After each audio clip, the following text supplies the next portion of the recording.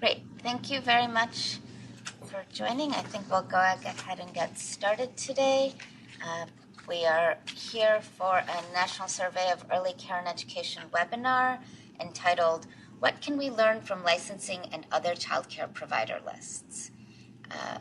If you're hearing my voice and seeing the slides, you've probably been successful with the mechanics, but feel free to use the chat feature to let us know if you are having any audio or visual difficulties, and we will try to resolve them with you. Everyone is muted on the line other than in this room in Chicago, from where we are speaking, but we will be stopping periodically for questions, which you can submit through the chat feature, and we will read them and try to address them along the way. I think those are all of the logistics that we need to cover. So we'll get started with the main event. My name is Rupa Datta. I am the project director of the National Survey of Early Care and Education, which is a study sponsored by the Office of Planning, Research, and Evaluation in the Administration for Children and Families. We are trying something a little bit different today. Generally, our webinars are about using the NSECE data or findings about early care and education from the NSECE data. Today's webinar is a little bit different in the sense that we are talking about using other data to learn about early care and education. And the main way in which the NSECE is involved is that we're sharing some methodological findings about other types of ECE data that we think could be relevant to researchers who will be undertaking some of the work we'll be talking about today. So we are delighted to have you join us. Our plan for today is to talk through, introduce the concept of a child care provider list, and then discuss the types of research that can be done using those lists. We'll spend a good bit of the time today, as I said, talking about some of what we've learned about provider lists from our work on the National Survey of Early Care and Education. In particular, we'll describe the process that we used on the NSECE in 2012 to collect and then process a wide variety of child care provider lists from all 50 states, the District of Columbia, as well as national data sources. And then we'll talk in particular about different nuances that we learned about in terms of the types and magnitudes of errors and coverage that we get when we work with these child care provider lists. And then we'll conclude with some specific examples and ideas of types of analyses that you might undertake with child care provider lists. So what do I mean by a child care provider list? So we are talking about lists that could include either center or home-based early care and education providers. These lists are generally maintained by state or federal agencies. They can include licensing lists. They can be information that's available for download in resource and referral or child care resource, child care search resources, or for other purposes that states may be undertaking. In general, we find that center-based lists for early childhood, children not yet in kindergarten, are probably the most consistent and complete. As you know, probably the home-based provider spectrum is a very broad one, only a small portion of which would be known to state or federal agencies. And then the school-age only providers are also a little bit more variable in the extent to which there are lists available for that portion of the market. Almost everything we're talking about today is publicly available, although it may be downloadable, maybe it's available in print format, maybe you have to scrape it from a website. So there are varying levels of accessibility, but for the most part, these are publicly available resources, many of them on the internet. They also vary in the size of the file, the extent of information available on the file, and the types of providers that are enumerated in the file. We will talk about some specific examples as we move forward. Anyone who works in research knows that getting data and getting good data can be expensive and difficult. And so one of the great features of the provider lists that we're talking about are that they are already available, often in very accessible ways.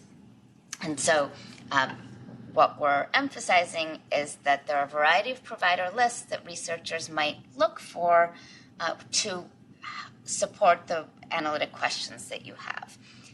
These lists can be relevant for local, state, or national level research, and they can help us answer a variety of questions, almost always related to the supply of early care and education, less so the families using that care.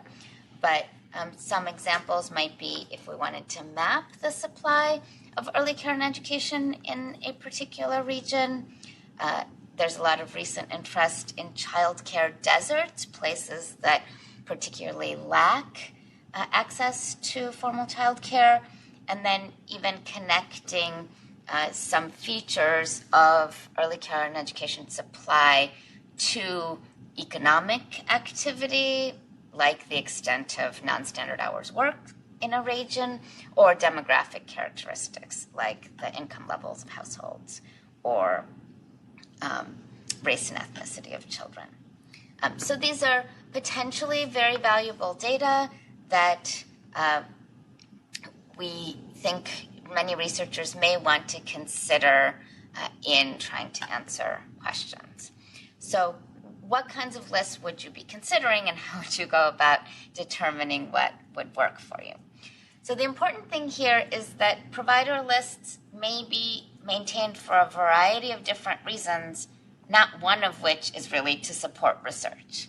So these are what we typically call administrative data. They're data that have been that are used to support some kind of activity or program, and therefore the purpose of the list is what determines how accurate it is, how often it's updated, what kinds of content it includes, as well as what types of centers or childcare providers would be included.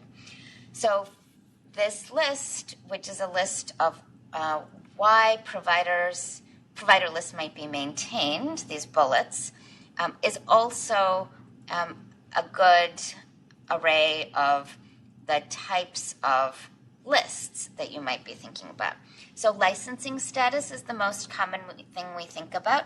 Every state licenses or regulates some type of childcare provider, and those lists of licensed or regulated or approved providers are available from every state and are probably the most commonly used and most comprehensive type of childcare provider list that we have in this country. And by provider list, we really mean any list that enumerates at the provider level, so at the level of a program or a location that offers care for young children. So a second type of list that you might come across would be one that's designed to help support parents searching for childcare. So many resource and referral agencies have a website or a list or a map where parents could go to look for childcare resources nearby their home. Some states maintain this type of website as well. Although we might not think of that database that underlies the parental search feature as a list per se, for our purposes today, it is a list. It is an enumeration of childcare providers with selected pieces of information about each provider. A third category of provider list that might exist would be something generated and supported by the state quality rating system. So many states at this point have a QRS or QRIS, Quality Rating and Improvement System or Information System. And in this case, the QRSs are really focused on identifying the level of quality being offered by a provider and helping to increase that level of quality. And the QRSs are often parent-focused, in part to help parents make good choices about the care that their children might receive. And so again, the quality rating systems would have lists of providers. About each provider, they would tend to have more information about quality-related features. Both Head Start or state public pre-K programs also often have lists of providers in a given area that offer care through that program. So there is a Head Start search site for parents that allows parents to look for a Head Start center nearby, and many states have a similar feature as well. So as you can see, these are quite a varied list, category of reasons that somebody would be enumerating providers. You might guess that different pieces of information are available for different ones, and also, of course, that not all providers might appear on all lists, and that's some of what we'll talk about next. So what kinds of information might you find on one of these lists? As I mentioned, it varies quite a bit from place to place, from list to list, from state to state, but almost always provider type and the location of the provider are available and often of quite consistent quality. For a licensing list, we might expect things like licensed capacity, the ages of children that are served in that location. For childcare search, where the primary purpose is to help parents find a program, we might expect to find things like the hours that the provider is open, the types of public funding the provider receives or accepts, and maybe even prices charged. Within either licensing data or sometimes quality rating system data, many states have begun to post inspection outcomes, so you can see how recently a program was inspected and what the outcomes were of that inspection.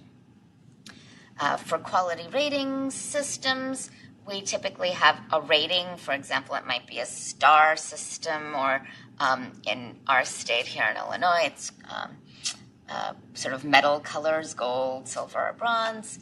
And then quality features that were used to determine the quality ranking. So that could be a ratio, it could be the level of education maintained by the teachers, it could be certain practices, a curriculum adoption, things like that. So you see there are a variety of different types of information that you could find on a list. And as you're thinking about whether your particular research question could be supported by a list, you would want to be thinking in part about the types of variables that would be necessary for your research question.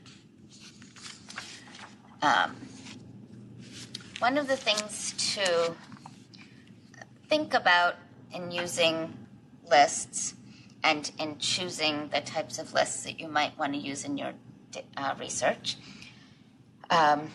would be what categories of providers are included in the lists. For starters, we might have different lists for center-based providers of care and home-based providers of care. In addition, for example, the level of participation in a QRIS, an equality rating system, can vary significantly across states. And so typically the providers who are represented in a QRIS list might be just a subset of all of the providers that would be available on, say, a licensing list. Similarly, the Head Start search feature is only going to have Head Starts, whom we know to be a small fraction of the overall availability of center-based care in this country. Other questions to ask are, how often are the data updated? Is it on a rolling basis the providers might provide new information? If it's a licensing list, it might be only when a provider needs to renew her license that new information would be input for that provider. There may or may not be a process that systematically removes old records from the list. Then you would want to think about the source and the purpose of each variable.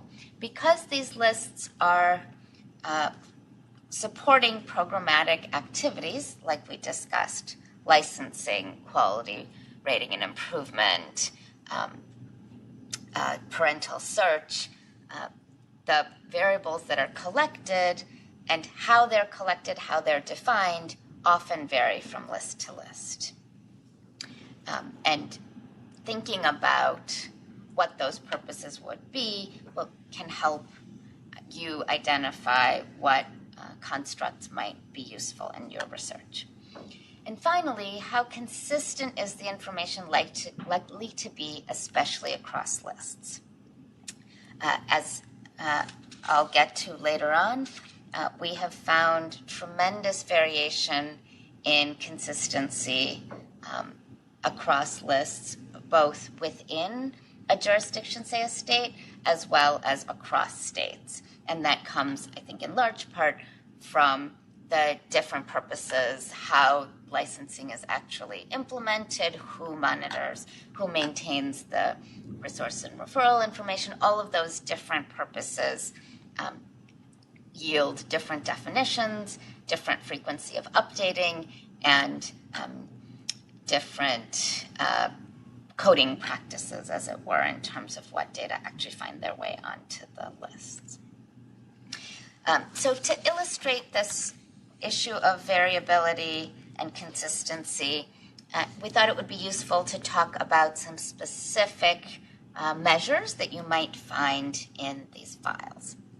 So I mentioned that ages served is often available on a provider list.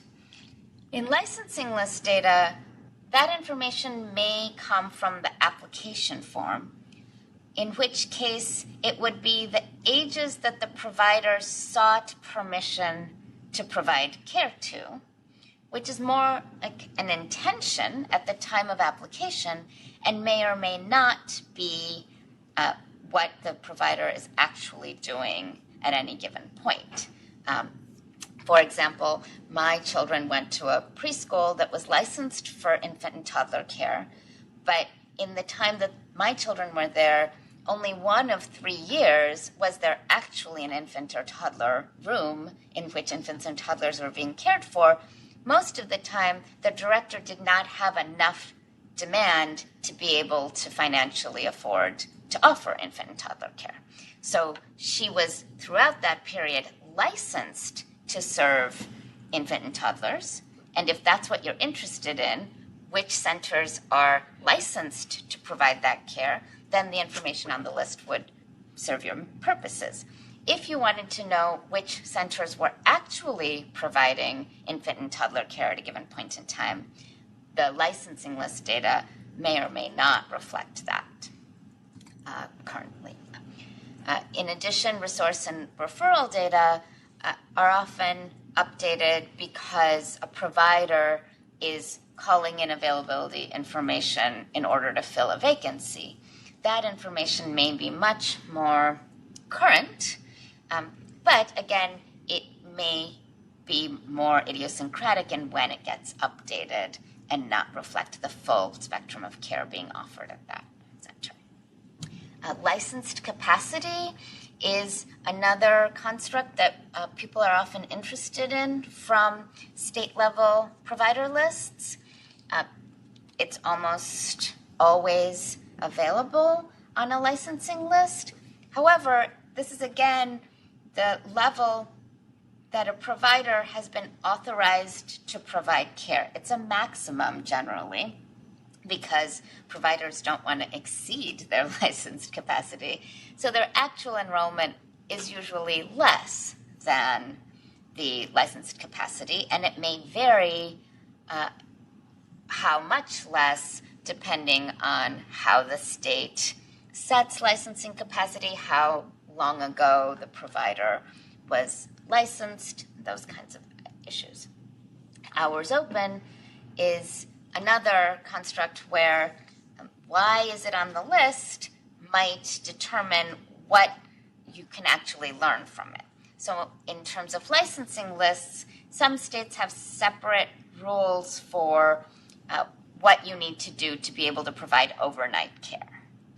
And so in that case, the licensing list may indicate that a provider offers overnight care because they had to pass some additional hurdles, but they may be providing evening care for which there are no additional hurdles without that being reflected on the licensing list.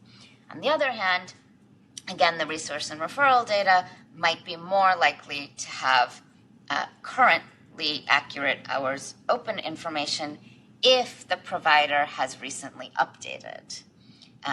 If the provider is generally at capacity or has other sources through which most children come, then that provider may be less likely to use the resource and referral data system as a way to attract new families, and the information for that provider may actually be less frequently updated and accurate.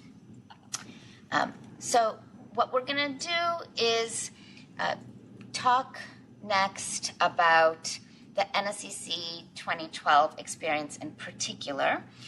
For that purpose, we used a lot of the lists that we're talking about, state licensing and license exempt lists, public pre-K lists from each state that has a public pre-K, the Office of Head Start in the Administration for Children and Families has a national list of Head Start programs, and then there are lists from a variety of other federal agencies or national organizations like the Department of Defense, the General Services Administration, and then NAEYC, the National Association for the Education of Young Children, who all maintain lists.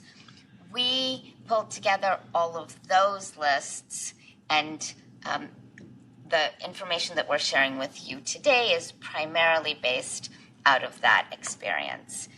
We've provided this link in this slide, which will also be available when we post the slides, to a fairly extensive document that describes each of the lists that was used in 2012 and some characteristics of that list, in particular, what were the licensing and licensing exempt status categories in each state for the different lists that we were able to include.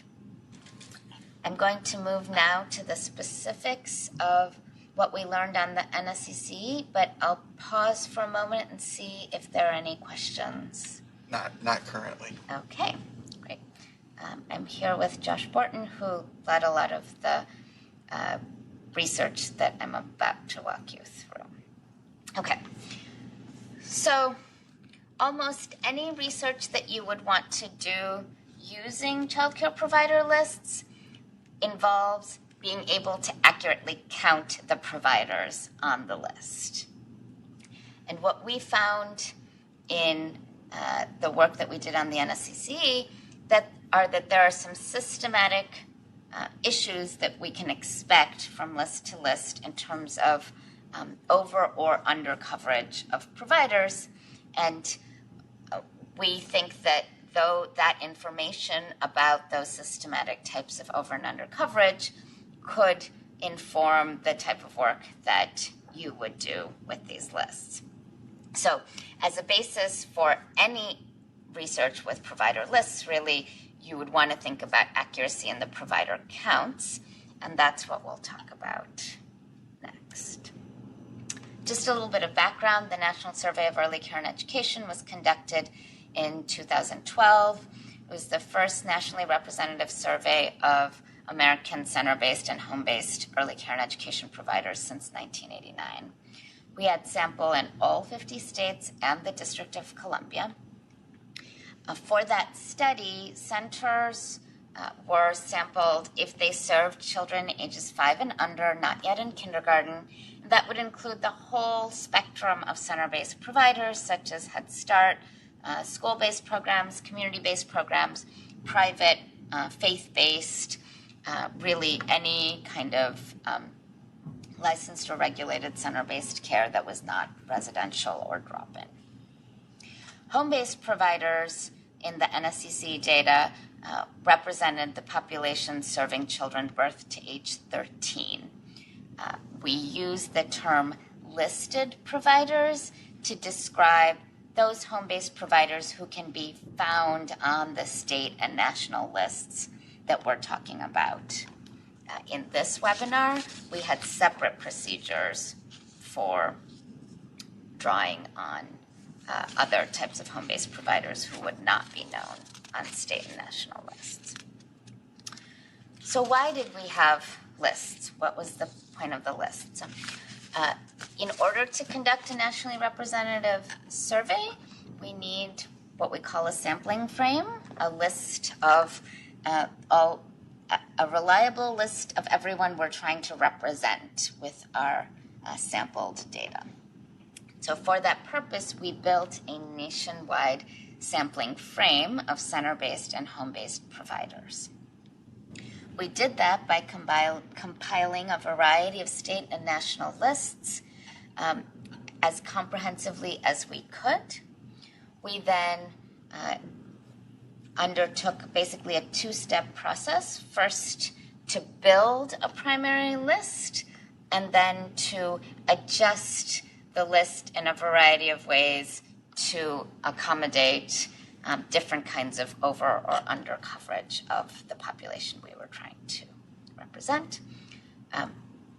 And this process, of course, for us was about all 51 states, including DC, and we conducted it in 2011, just prior to the 2012 data collection. For any research that you might do, you would probably be looking at a different collection of states or even a single state. You might be, of course, in a different time period. So the exact proportions and numbers that we found might not exist in your data, but it's likely that many of the patterns that we found would manifest themselves in the work that you did as well. So the first stage, as I said, was primarily list building. We took all of the lists that we could find at the state or national level. We were lucky that many states not only maintain lists of licensed care, but also lists of license exempt care, so that the most important categories of providers who might not actually be on the license list were also available to us in well-maintained lists. So we compiled across all of those lists, all of the entries into a single master list. And then we used a process that we call geo-referencing to identify unique provider locations. One thing that you find, even within a single list, is that the same provider may appear many times. For example, on a licensing list, it's not uncommon to find a center or a home-based provider listed. And then perhaps that person wanted to increase capacity. They were able to enlarge their space. In many cases, what you see is a separate entry in the licensing list for the same provider, but the additional licensed capacity. And so that would be a case where you have two entries, but really there's only one provider. And in our case, that provider would be at a single location. So think of a single street address. Another way that we see duplicates would be that a state might, on its licensing list, license community-based childcare providers. But then also Head Start programs might be grandfathered in or automatically added to the licensing list. If you have, say, a YMCA that offers a private pay community-based childcare program and also has a Head Start that may or may not be part of that community-based program, you may see on the licensing lists the YMCA's private pay program as well as the YMCA's Head Start program without any real indication of whether those are two distinct programs or the same program. These are the types of things that we see in lists, and why moving to unique provider locations is an important step. In addition, for our sampling purposes, we were really interested in sampling an address. But even if you are not so interested in the address, the unique provider location is a much more reliable way to deduplicate across entries than other sources might be.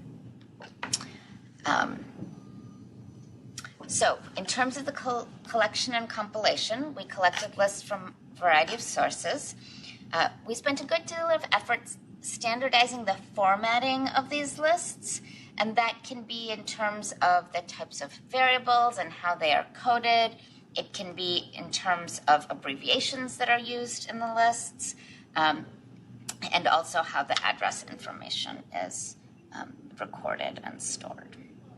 The main sources that we used, as I mentioned earlier, are the licensing lists, including license exempt, public pre-K lists, Office of Head Start, and then a variety of federal lists, which we combined to make a master list. For the geo-referencing, we geocoded all list entries. So for each entry that we found in a list, we identified a latitude and longitude to which that entry belonged. And then we compared the locations to identify entries that were located at the same address. We geo-referenced the larger lists first, and then appended locations from the smaller lists if we found that a new location was appearing on one of the smaller lists. The smaller lists were only added when the provider location was not on the larger master list. So that goes back to the example I just gave, where perhaps on the licensing list, we had the YMCA with the private pay location, and then the YMCA with its Head Start location.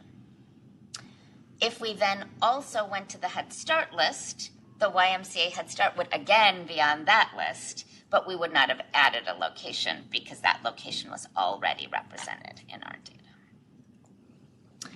So this visual describes numerically what we found in these first two steps. So we began with this large variety of lists. I think there were over 150 lists that we used, considering that a given state might have a home-based list and a center-based list, possibly one for school-age care, etc. Across all of these different files, we identified 352,000 list entries. We've described them below that central pie chart as state lists would primarily be the licensing and license exempt lists. We call it a state list because, especially for home-based care, the terminology they use may not be licensing, it may be regulated or registered. There are a variety of different words, not always licensed, but they would be the state lists maintained by the agency that authorizes and regulates childcare. And so we got 292,000 entries from those various state lists. We can then look additionally at state pre-K and some of the largest school district pre-K. And that adds 34,000, so quite a small fraction relative to the 292,000 found by states. Additionally, we had Head Start locations, and then the other national lists, aside from Head Start, for example, the Department of Defense list, the General Services Administration list, or the NAEYC list. After undertaking our geo-referencing activity, so when we took unique provider locations from those 352,000 list entries, we were left with 301,000 unique locations, a unique address. So a provider that happens to have 2 sites would still have 2 unique locations, but if there were 3 programs at the same site, that would be just 1 unique location. So you see that we reduced about 1/7 from 352,000 list entries to 301,000 unique provider locations. And you see that the state lists actually become even more dominant, representing 91% of unique provider locations, compared to just 83% of list entries. So the state lists do actually represent, at this point, 9 of 10 unique locations that we could find on the state or national lists.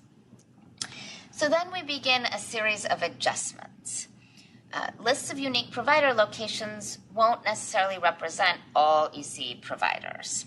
For example, some providers may no longer serve the population that's indicated on the list, either because they went out of business, they have stopped providing a certain kind of service.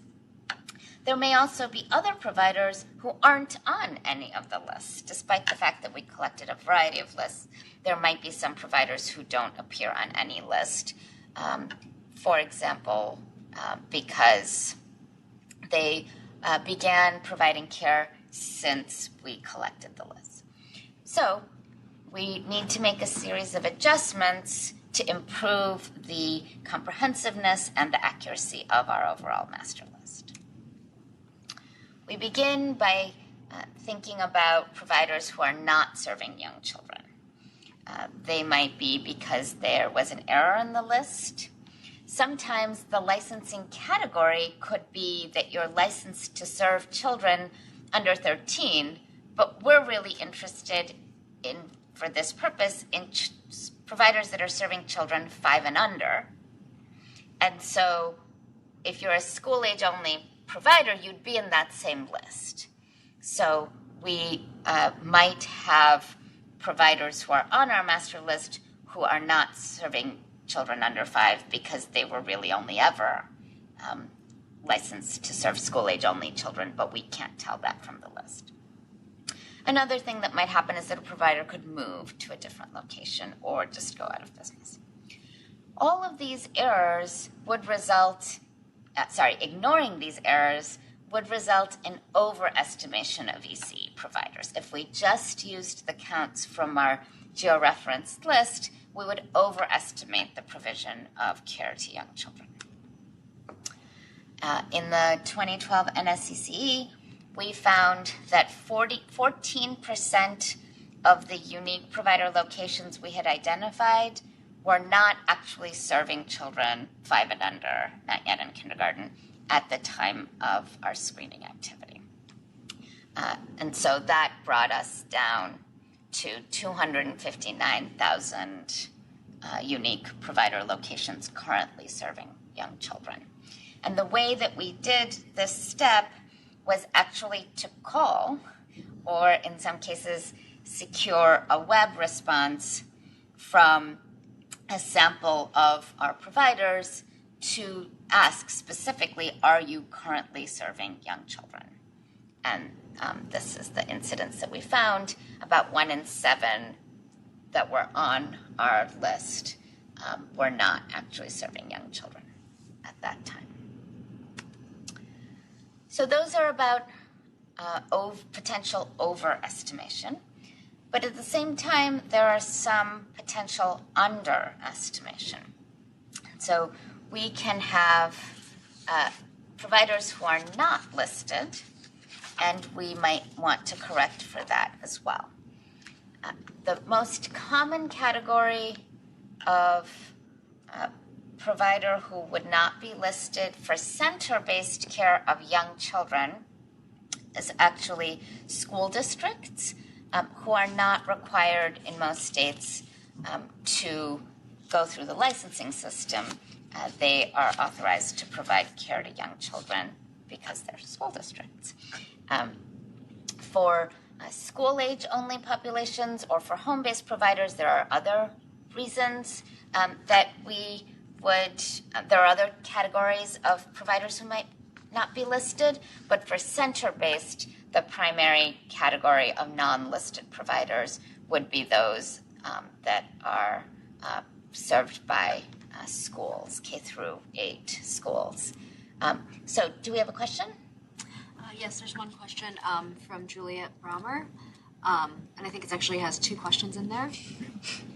The first is, was NAFCC one of the national lists used? So no, the National Association of Family Child Care Providers, I believe is the acronym that Juliet's referring to, was not one of the national lists that we used. There are some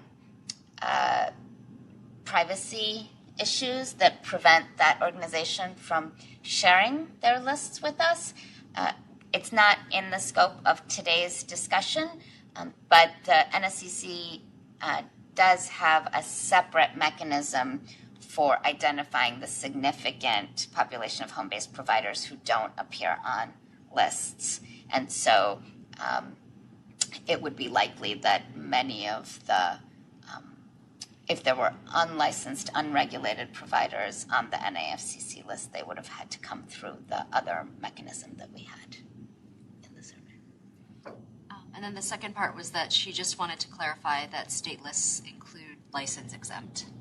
Yeah, excuse me. Yes, absolutely. License exempt, and there are many different categories of non-regulated, non-licensed providers that states maintain.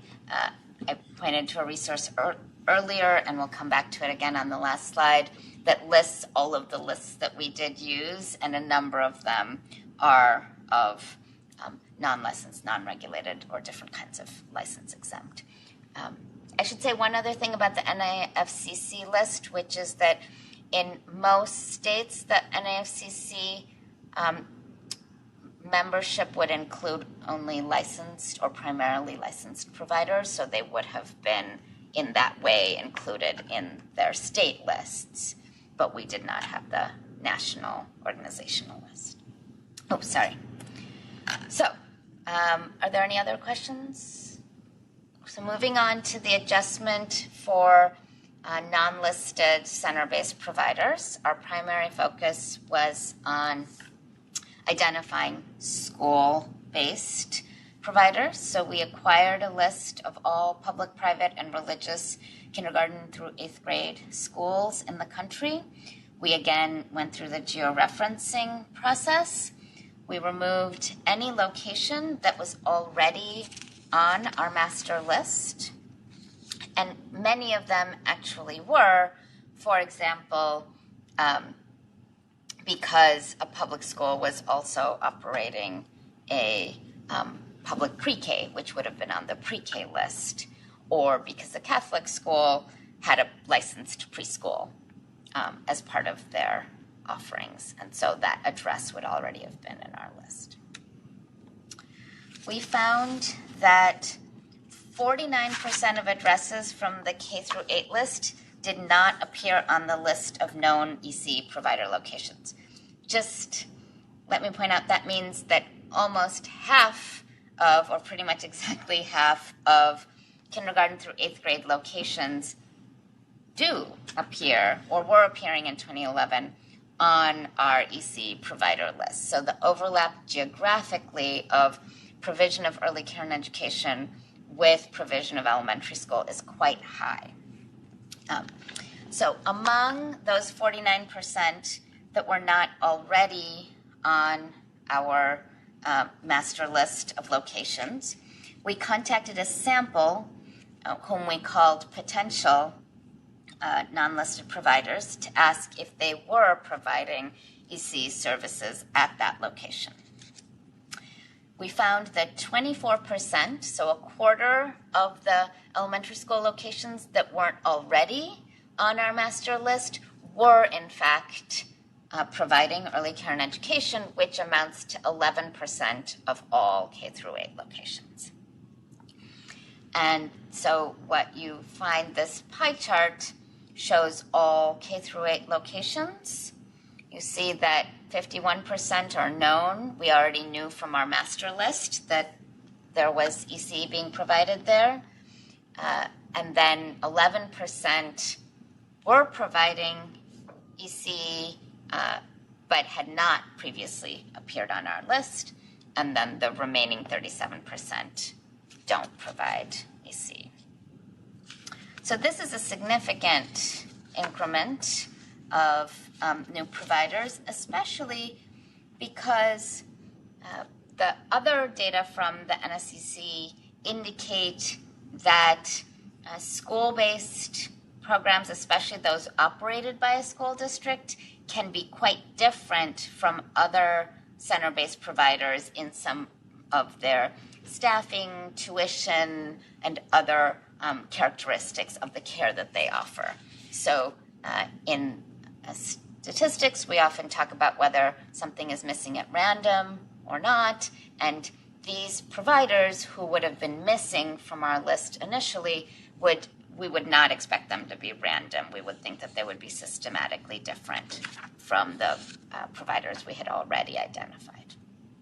So just to bring all of the pieces together then, we started with a whole bunch of lists. Across all of the lists, we identified 352,000 list entries for center-based and home-based care. We conducted a geo-referencing activity, which then left us with 301,000 unique provider locations. We screened a sample of those unique provider locations to determine how many of them were actually serving young children at that time. And that number fell from 301,000 to 259,000. So again, there was a decline in the number of locations once we added the requirement that they currently serve young children. In our final step, we added potential non-listed EC providers whom we had confirmed to actually be providing EC care. And these were all, in our case, in school districts, although depending on the provider population you'd be interested in, there might be other sources. And that brings us to 269,000 unique provider locations. This next slide, it basically provides the same information in a different format. It shows that the licensing lists from states, including license exempt, really do provide the lion's share of information, but they have a good bit of duplicates. They are likely to be missing, if they're missing anything, they're likely to be missing state pre-K, Head Start, or providers operated by school districts, all of whom are likely to have slightly different characteristics than typical community-based programs. Did we have another question? Sherry Fisher had a question, but she said you answered it. Oh, but we just got another one. So Sherry Fisher wanted to know, wouldn't license exempt be on state lists only if they receive public funding? So the question was, wouldn't license exempt lists only include providers who receive public funding? I would encourage you to peruse our list of lists, which I mentioned earlier. You'll find that there's a tremendous variety across states in terms of who appears on license exempt lists. There are some states that do restrict to providers who receive public funding, but many that do not. And that's another potential danger of doing cross-state work with these lists, is that the multiple states that you'd like to use in your analysis may have quite different practices, both in terms of who's on their lists, as well as how they define items and the frequency with which they update their information. And so, as we talked about earlier, when you enter into this kind of work, you would really want to ask for each list and each variable those questions about coverage and consistency and reliability and accuracy. Okay, let's talk about a few specific things you could do with these data. The first would be mapping supply, and we found that provider location and provider type, such as center-based or home-based, are among the most accurate on all of these lists, quite consistently across lists, within states, across states. And so mapping these data is a great idea. Separate NSECE analyses reveal that there are many areas that have only a Head Start or only a pre-K center, also potentially only one operated by a school district. And in that way, a licensing list might underrepresent supply, especially in areas where the only providers are ones that are not less likely to be on the licensing lists. And so it's easy to have some bias in how you underrepresent supply. We found that home-based provider lists have much higher rates of obsolescence. We said here, more often the home-based providers were no longer providing care, relative to how often a center-based provider on one of our lists would report the same thing. So I mentioned that we checked eligibility. Are you currently serving children under 5? And the rates for home-based providers were much higher of no longer serving relative to center-based care. Just to note that if you were going to map supply, we certainly find in NSECE household survey data that households have different distance tolerances for center-based care versus home-based care. And so when you're thinking about how to think about the mapping, what units are you thinking about mapping at the neighborhood level or at the statewide level? NSECE household survey data can help you think about how sort of big the areas are that families and providers might traverse to find each other. Another possible analysis might be to link provider characteristics by demographics. We're very interested in better understanding not only the features of EC supply in general, but also how these vary in terms of the families who are able to access them or near them, or the workforce that's proximate to these providers. And so, for example, in some states, the quality rating system data can be quite extensive in terms of the characteristics of providers that the QRS data include, such as qualifications of workers, different observational quality scores, receipt of public funding, things like that. And then you could match that to publicly available census information. So this could potentially provide you rich information about how provider characteristics vary in terms of local communities, racial or ethnic makeup, income levels, or other factors. If you were going to do something like that, you would want to think carefully about who is excluded from your analysis, because not all providers are participating in a QRS. You would also, again, want to think about, well, what population would I want to link to each provider? If we're thinking about census data, there are census tracts, there are zip codes, there are school districts, there are counties, and your analytic results will differ depending on the geographic unit you choose. This would be an important analytic decision that you'd want to make depending on what your research question was.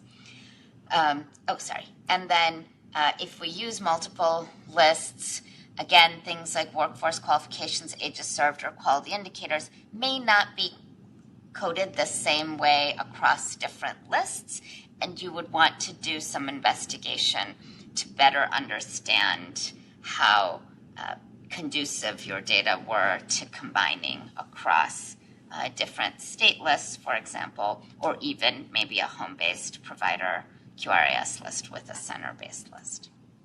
Just in conclusion, the licensing and other provider lists are a very valuable tool for understanding EC supply.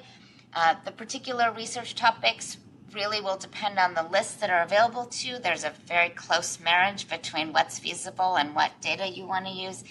And there are a variety of factors that would affect the ability of lists to accurately describe the universe of EC providers. We hope that some of what we've done can help you improve the accuracy of the information from the lists. It's particularly important to consider factors outside of list collection and compilation that could influence your results. Overrepresentation, meaning counting more providers than actually exist, is one type of problem. Underrepresentation, meaning providers that exist but aren't on your list, are another problem that you would want to deal with. And those can't always be addressed just from your list. You would want to do some other investigation, or perhaps even apply the rates that we found in our resources. This slide lists the general site where NSECE data can be found. Again, this is a resource we mentioned earlier, which describes in detail all of the lists that we used. And the NSECE is sponsored by OPRE, has a question answering service that we provide the research community, and you are always welcome to write nsec@norc.org with your questions about the data or our findings.